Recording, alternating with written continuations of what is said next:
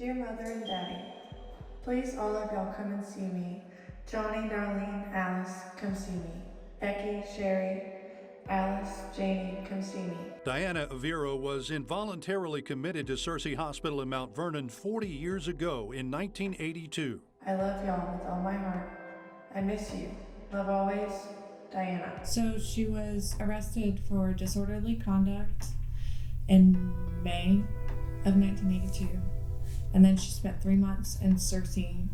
In August of 1982, they said that she escaped, and nobody has seen or heard from her since then. Diana had been diagnosed with paranoid schizophrenia. She was always paranoid, worried about, I hate to say it, a lot of times she talked about spies, and people watching her. Mama, I am sorry for saying I have been depressed, but you are my mother, and I don't want to lie to you about how I feel. Amanda Collins voiced these letters from Diana, written to her mother and other family members while she was at Searcy.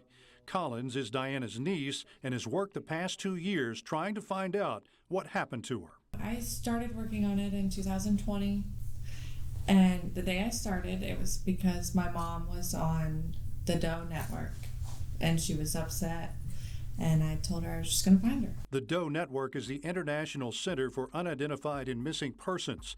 What compounds Diana's disappearance, according to her family, is that there didn't appear to be much of an effort to find her after she reportedly escaped from Searcy.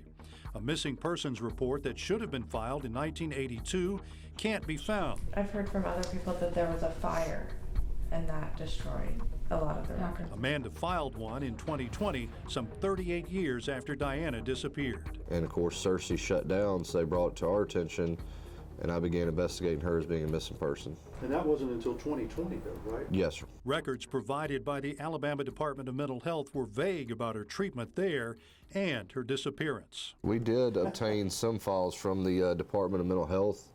They're not as adequate as I thought they would be. Two of Diana's sisters remember visiting her at Searcy. The last time we seen our sister, she wasn't herself at all. I mean, it's obvious she was like a zombie. She could barely speak. I know they were doing shock treatment. There were, a lot of things going on at Searcy that came out in some letters. I ain't going to kill myself. I just was mad at these people ruining my life. I just was saying I want to get out.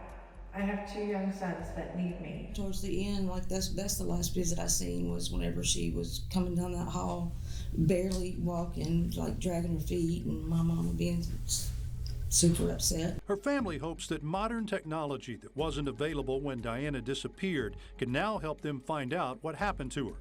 The family provided DNA samples, and Detective Thornton has entered Diana's information into a system called NAMUS, which is the National Missing Identified Person System, and that kind of helps us reach out further to outside jurisdictions and see if we can't identify an unidentified person as a missing person. Are you hopeful in this case? Yes, sir. It's not known if Diana is alive or dead. Her family is hopeful. She might still be here. We just don't know. With photojournalist Arnell Hamilton, I'm Bill Riles, WKRG News 5.